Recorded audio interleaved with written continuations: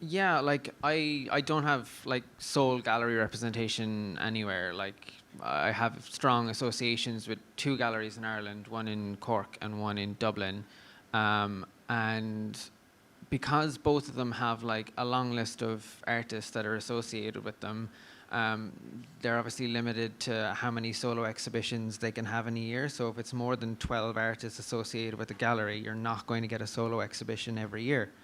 So it's like, and if you're trying to sell your work through them, then you can't rely on that one gallery. So I think it's a great setup to have, in that, like, if anyone wants to buy your work, you can kind of go and kind of suggest to go through them and they can sell it, and that's great. But there's no obligation there, which I really like. I think it works for me. It allows me to kind of, I think the only rule really, that unspoken rule, is kind of for the Dublin gallery is to go to her in Dublin, and that's that area done. I can go anywhere else in Ireland, you know what I mean? So I think that's what works for me at the minute. What less traditional sort of routes have you taken? Like I went to art college, but I didn't do a master's. I was kind of, it seemed like everyone was doing it at the time to kind of further themselves, or to kind of keep themselves going. Yeah.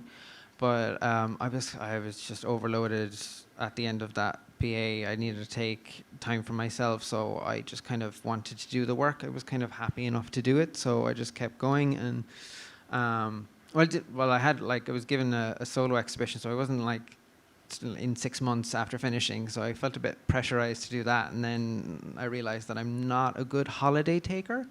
So it's really annoying that like my time off is spent in a studio, and that's what I work as. So it's a really weird anxiety loop.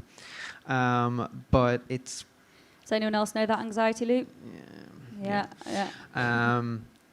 But that was my route essentially into, it's a perpetual wheel for me, that it's just to keep going and keeping yourself busy. But some people take time off to do whatever they want to do, get their life experience, to come back and make a new body of work, or it's really. Do you feel like there's a pressure as an artist to tick certain boxes, to have a gallery, to have sold work, to be in a collection, all these kind of sound bites we hear and we're told as we're developing in the arts? To be working full-time as an artist, I always think that's a really harsh one if you're trying to be an artist. It's bloody hard work. No, to you don't have make to money. do full-time.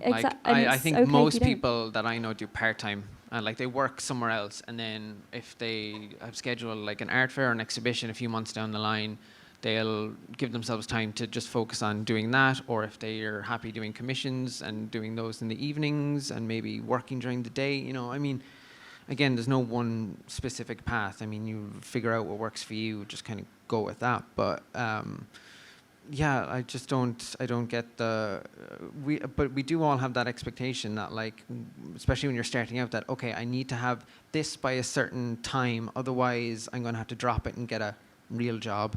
And just leave it behind. That's in my Room 101 bin. It is a real job to be an yes, artist. It is a real job to work in the arts. You just call it a real job. Dad. He's actually going to watch this, so yeah. He's been a big support, actually. So. Martha, you work with artists, obviously one-on-one. Be really interesting to hear your thoughts on this. To touch on a little bit more about what Stephen mentioned, don't feel afraid of taking time out of your career. Many artists feel that they have to just do it continuously, and that time in the studio is time dedicated to all their practice, and that's going to make them essentially. It's the time outside of your studio that's really going to kind of feed your work. It's those holidays. It's that time out. It's that year after university where you went traveling. So take time out and don't feel that you have to just, be an artist straight after art school and just continue and get a gallery. And if you don't get a gallery, then that's it and you failed. The last gallery that I was working for, the kind of average age of artists that we worked with was 40 years old. You know, just I think some artists think, you know, if you're not picked up when you're young and emerging, you know, emerging should mean a young 20-year-old, and if you're not picked up then you know, you're not able to make it. That is not the case at all.